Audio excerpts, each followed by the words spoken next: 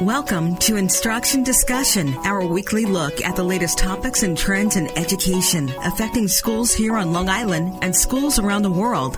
Whether you're a teacher, parent, or student, listen for tips and strategies to help you navigate the educational landscape.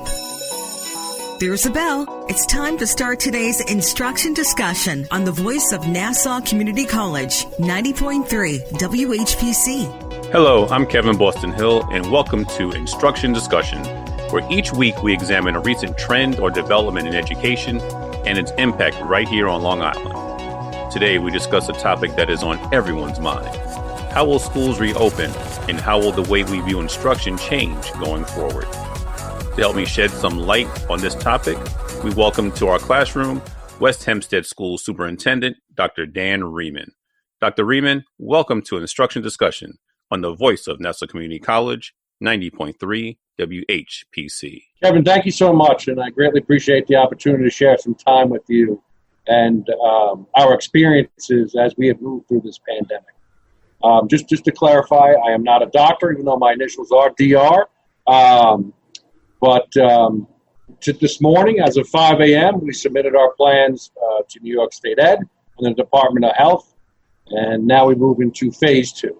Excellent. So let's talk a little bit about that then. Because we know that the pandemic has definitely forced us to look differently at the way that we, communicate with one another.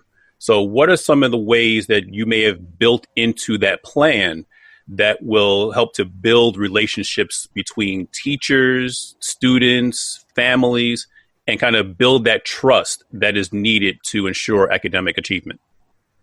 Kevin, it's a great question. Really, it's probably one of the most important things we're going to have to do this year, the entire year.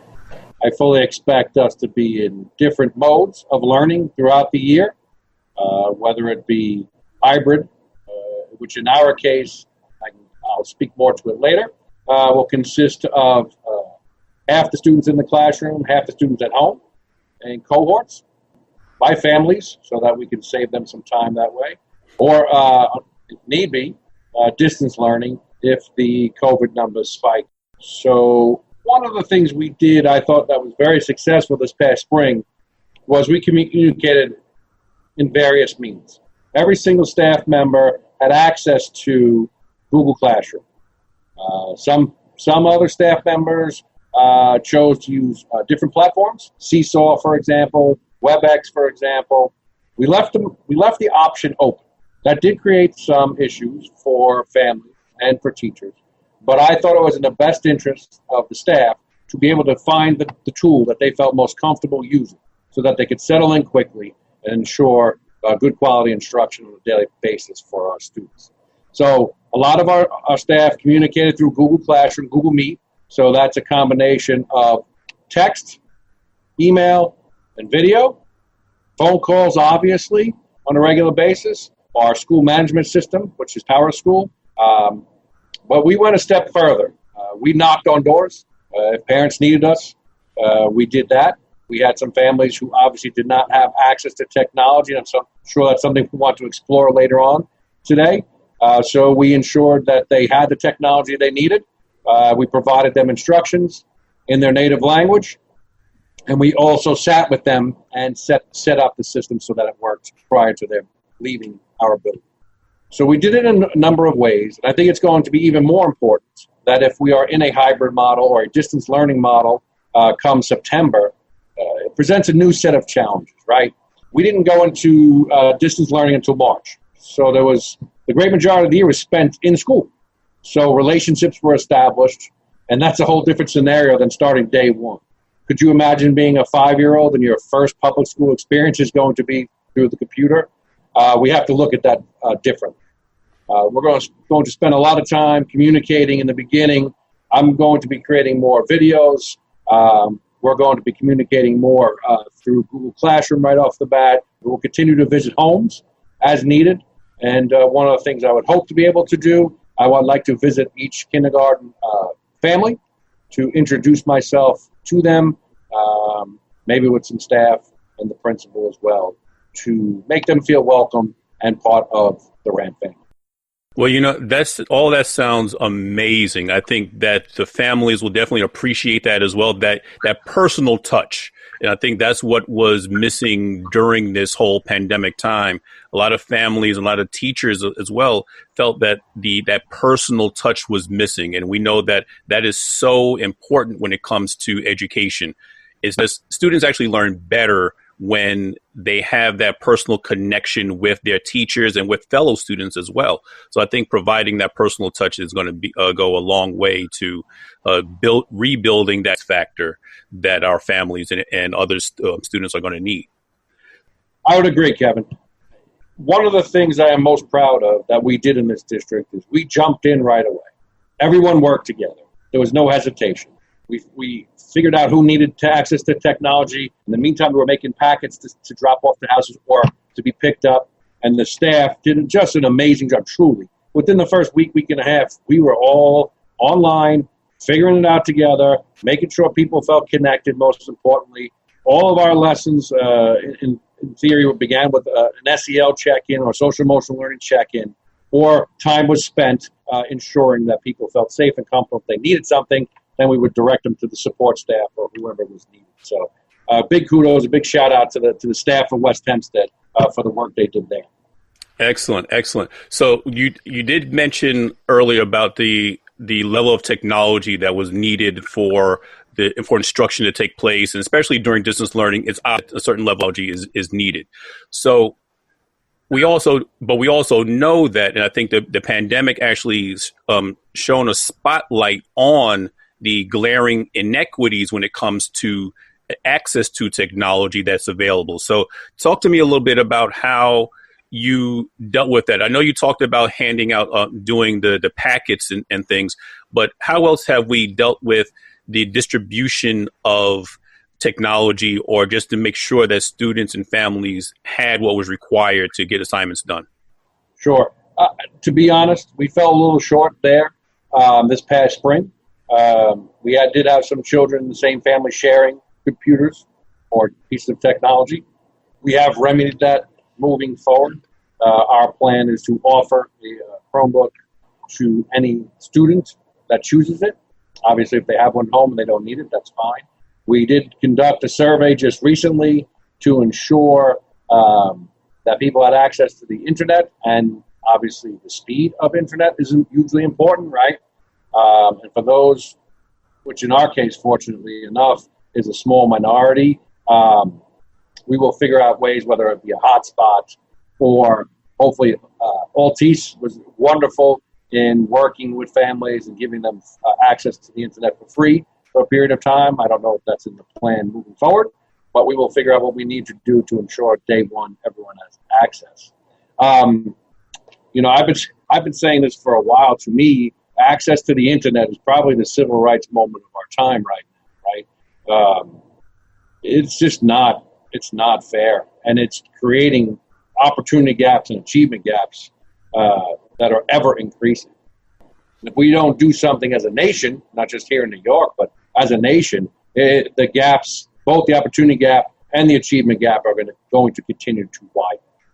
It's something that really needs to be addressed both at the federal and state level with some stimulus money somehow.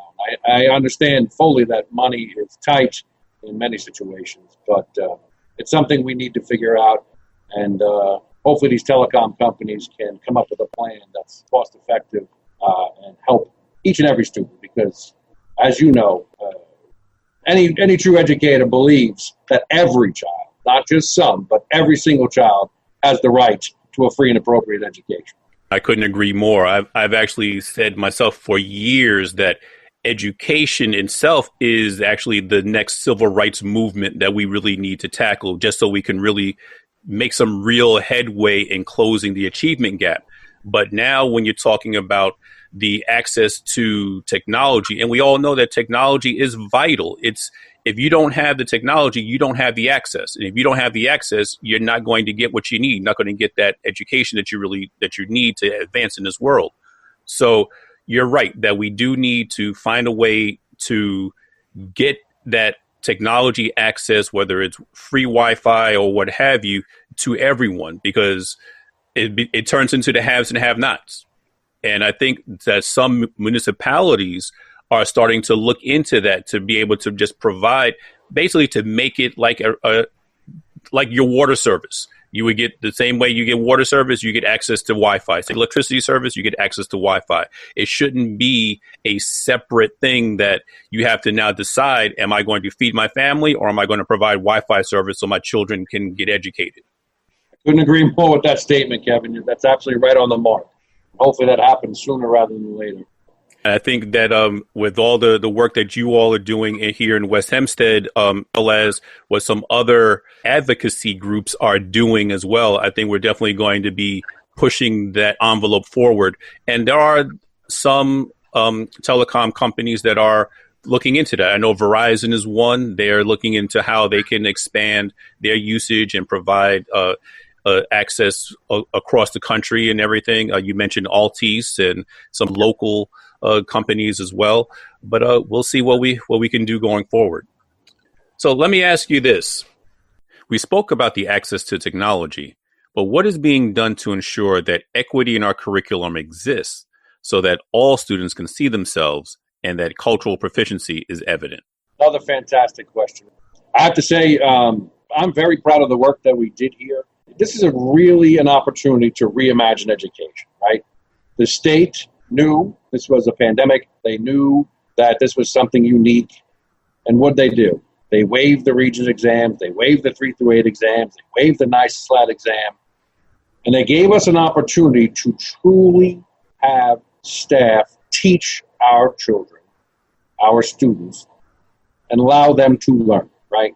I think we need to capitalize on that. What do I mean by that? A great example of the work that we did here was our high school staff. In lieu of the Regents, they created project-based learning. And these were some of the most engaging units I've seen in some time. I mean, to the point where I had students reaching out to me as superintendent and parents reaching out to me to compliment the opportunity to take part in something so meaningful, right? And I think that's how you are able to draw in every student, right? So it's culturally responsive because it's meeting the students' needs where they are.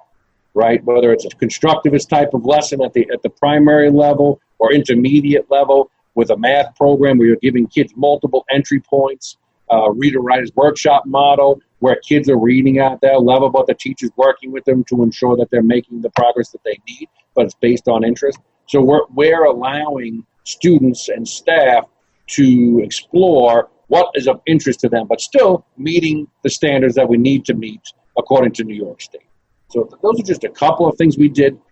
Another interesting aspect with the no grading policy this past spring, it afforded us the opportunity to look into rubrics and portfolios and things of that nature.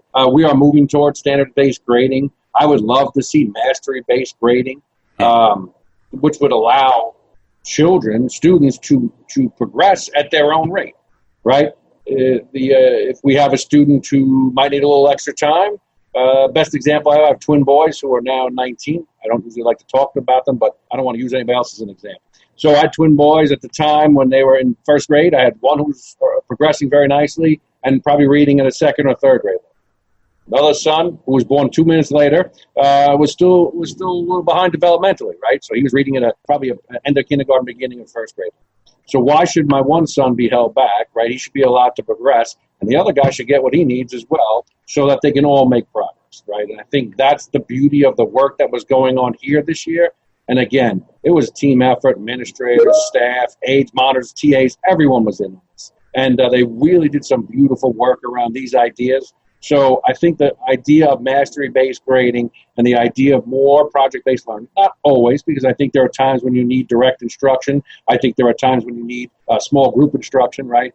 You need a combination of everything, and that's where the art of teaching comes in, as you know, versus the science of teaching. We have to leave that up to the professional in the room to make those decisions. But anytime we can empower children or students to take ownership of their learning, I think we're in a better state. And I think also, Kevin, that's where I use the word exposed, right? And I don't mean this in a bad way. But with all the testing that occurs now, everyone is teaching to the test, right? Or kids are prepping for a test. That draws away from kids spending time in deep thought, right? acquiring critical thinking skills, chasing down what they would like to learn. When you're passionate about something, you're more likely to spend more time on it, invest time in it to get better at it. So this was a great opportunity for us to recapture that. And hopefully what we're going to try to do now is figure out ways to stay within the standards, but still incorporate this type of learning. Because now with distance learning or a hybrid model even, it's going to be so important for the learner to own the learning. You can't do learning to a student or to an adult or whoever the case might be. You have to be able to allow that student to own it, right? And how do you let them own it? By giving them ownership. I've often said that we need to actually get back to teaching students how to think, not teaching them what to think, but teaching them how to think. And I think that's what the project-based learning model does. Matter of fact, I did an interview with Dr. Lee Jenkins, who wrote the book, How to Create a Perfect School. Within that book, he basically says the same thing, is that we need to start teaching students how to think. Because right now, our educational system is really preparing students for jobs that no longer exist or that are disappearing daily, as opposed to preparing them for jobs that don't yet exist. And I think that's what's been the shortcoming of our system for a long time. And that's the exposure that this pandemic has made on our educational system. I agree 100% with that. I also would love to see another not minor change, but a change in our system too for our students. You hear the terminology grit used a lot, right? And it's great in theory, but the kids that they're referring to are gritty. They don't need more grit. They are gritty kids. They need slack, right? They need opportunities. And the kids who already have the opportunities, well, they should just keep progressing as they are as well, right? But our kids all of them don't need more grit. They need some slack. But I also think they need opportunities to learn, and then they have to own them, right? So they have to meet us halfway. We're going to present you with this opportunity. Here, take it, chase it down now, and we will support you through it, right? I think we need to get it back to a little bit of that as well. And I think we'll be really on to something good here. No, you're absolutely right, and I agree with that. You're listening to Instruction Discussion on the voice of Nassau Community College, 90.3 WHPC. My name is Kevin Boston Hill, and our guest today is West Hempstead Superintendent Dan Rehman. Let's talk a little bit about a different population of our schools that kind of gets overlooked at times, because we see many districts have kind of fallen short when it comes to providing the mandated support to our most vulnerable students. So how will students with IEPs and our ENL students be supported during this time? It's a great question. And it's something that needs to be further explored. The state even went so far as to change some of the mandates, right, because of distance learning, because they know there's holes in that system. So whenever possible, students with IEPs, let's start with students with IEPs. If we can bring them into the building, that's what we're going to do. As long as it's safe, right? We have to make sure everybody's safe first. That's going to be our baseline, and give them services that. Teletherapy, in certain cases, depending on the need, will be something else that we will continue to explore. We did some of that in the spring. Depending on the service, it can be a benefit. So you have to look at each case individually and, again, ensure what is the best practice. And then, obviously, we're going to assess each student on a regular basis. One of our goals this year going in is to assess, not test, but assess where our students are in total approximately every 6 weeks. We want to make sure that we're making progress. We want to see where the gaps are. We want to make sure we're filling in those gaps. But we're not going to spend a lot of time reteaching. We're going to stay on grade level, see what major concepts are not being understood, and incorporate those into the current one. And I think that's one way we can make progress, right? And then there'll be compensatory services as we move forward. When we get back into school, into the brick and mortar, we'll make sure whoever needs those services will receive. From an ENL perspective, it's going to be very important that we continue to work with the families, number one, in their native language, right? I am proud to say the work that we have done here over the last 4 or 5 years has been truly phenomenal. The majority of our kids now are performing on the high end of the NICESLAT exam Over the last 3 years, the region scores have gone up for our E&L population. Our graduation rate has gone up for our E&L population. And we're now looking forward to pushing our students into higher level classes. 2 years ago, we had our first Sealed by Literacy student. This past year, we had 8. And now we're going to shoot for a goal of that whole class of 20 to acquire the Sealed by Literacy. So these kids are getting exposed to new opportunities. And some of it just has to do with expectations. I know you can't get rid of labels, but one thing we try to promote here is that these are our students, period. That's their label, our students, right? Yes, they're special, right? They're all special. We love them all. And we have to try to figure out ways to give each child what they need. So that's one of the things we promote. And again, our staff, E&L staff, special ed staff have been phenomenal. And we're building programs. Going back to special ed, we've really expanded our ABA programs. We want to keep our students here as much as possible and not have them go to other programs. So we've expanded our 8-1s and our 12-1s and our 15-1 programs from kindergarten through high school. And our staff is doing a great job with that. And we're going to continue to add programs to that. For example, like CTE programs, CDOS programs, so that our kids can get work experiences that they need so that they can be successful. But, you know, as I tell everybody, my expectation is that everyone's going to receive a Regents diploma at a minimum. Once we get everything in place that we're working on internally, my expectation is then going to change to I expect everyone to get an advanced Regents diploma, right? Because the Regents diploma to me is just the base. Are there always exceptions? Ooh, for sure. But that's going to be the bar. That's where we're going to set the expectations. And so those are some of the things we're doing. But getting back to the distance learning piece, yes, it's a concern because some kids need more, and we're going to have to look at that very carefully.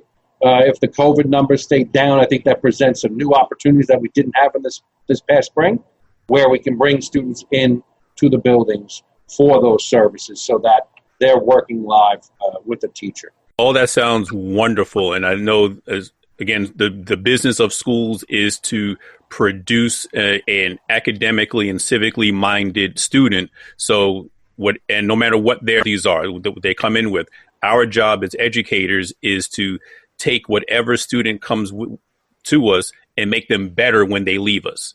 So I've often said that we actually have a harder job as educators than even doctors do, because doctors, their job really is to restore you to what your previous status of health was.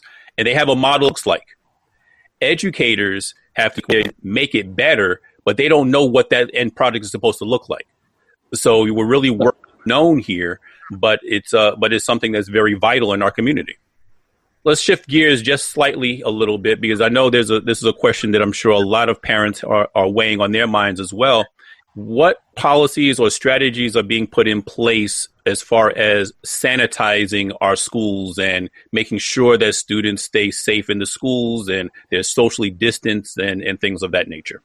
We're going to follow all the CDC, Department of Health guidelines, obviously. To put it in simple terms or layman's terms, I call it, we're going to follow the flu protocol on steroids, right? So we're going to follow the flu protocols, which means cleaning more often on a regular basis, and then doing, I don't like the phrase deep clean, but that's what everyone's using. We're doing do deeper clean at the end of the day. For example, we bought, I call them the Ghostbuster backpacks, which will help spray down and sanitize the rooms, which will help save time because obviously time's of an issue as well. So as soon as the students leave the building, adults leave the building, they will begin that process. The custodial staff, our custodial staff is phenomenal. During the school day, they'll be wiping down doorknobs, they'll be wiping down desks, they'll be wiping down, the building throughout the day on a regular basis. But I also think it's going to come down to making sure both staff and students and families are aware of the hugely important role washing of the hands can really. My sister works for Winthrop University Hospital, and she talks to me all the time about this as they're experiencing what they're experiencing. And the most important thing we can do, right, besides wear a face mask, is to wash our hands on a regular basis. So I've been trying to figure out ways, what does that look like? I've been washing my hands 7 or 8 times a day. So we have to be able to find ways for our students to be able to do that as well, right? So when they come in the door, before snack, before lunch, after lunch, things of that nature. And depending on the level of student, the age of student, right, it'll be different. And obviously the older kids can be more responsible. But I really do believe in soap and water with some lukewarm water to go with it. I'm not as big a fan of the hand sanitizer, even though we will have access to that in case they need it. But the alcohol, I don't feel does good things for the hands. It takes away some of the natural oils that we have in our bodies. So big fan of the soap and water from a child perspective. And then the custodial staff is going to do more than they usually do with the flu protocol. And we'll just have to follow that carefully. What are your plans for, I guess, how teacher PD is going to be conducted going forward? Because I know teachers want to constantly improve on their craft, and there, of course, there are also the state mandates that they have to get a certain number of hours a year of PD. So how are we going to do that, especially since we may not be able to do it in person?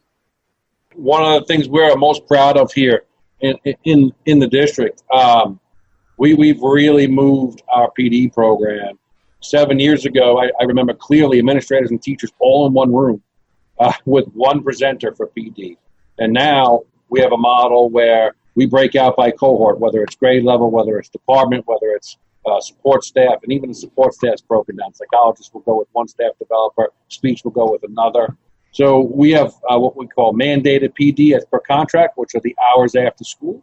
So the teachers, with their input, they help us select who their staff developer is. We try to keep them together for a 5-year period because, as you know, sustained PD over a period of time is much more beneficial. Mm-hmm. We were very fortunate that we did a lot of work around Google Classroom technology, things of that nature. So we were sort of ahead of the game when it came to the pandemic. But during the pandemic, what we did was we brought in a staff developer virtually, and anyone who was not comfortable with Google Classroom got a crash course on how to do it. And the staff developer actually worked with some of the teachers live during their teaching time. We also have in-house or during the school day professional development, which we will continue. The only difference being, most likely, is that everything is going to be virtual. I'll give you a good example of that. This past year, our entire humanities department, that includes special ed teachers, ENL teachers, English, social studies, world languages, had the opportunity to spend 3 days with the Buck Institute. They're based out of San Diego, and I find them to be the premier organization in terms of project-based learning. Yep. So they came here for 3 days last year, and each teacher left not only with a deeper understanding of project-based learning, but with a unit that they implemented in their classroom. We're bringing them back this year for the STEM department. Difference being is we're going to go to a virtual model.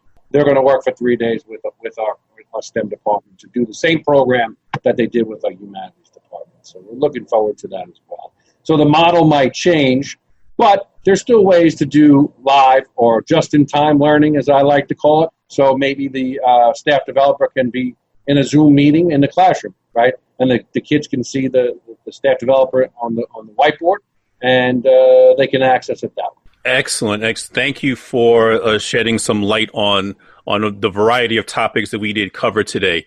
We could go we could definitely talk much longer at length on these topics, but our time is up. So I do want to thank you for coming on our show today, visiting us in our classroom today. Kevin, thank you so much for the time. It's greatly appreciated, and we thank you for this opportunity. We're very proud of the work we do here in Ram Country. So thanks again, Kevin, and best of luck. Be healthy and safe. Oh, my pleasure. Thank you again for coming, and yes, you all be safe out there as well.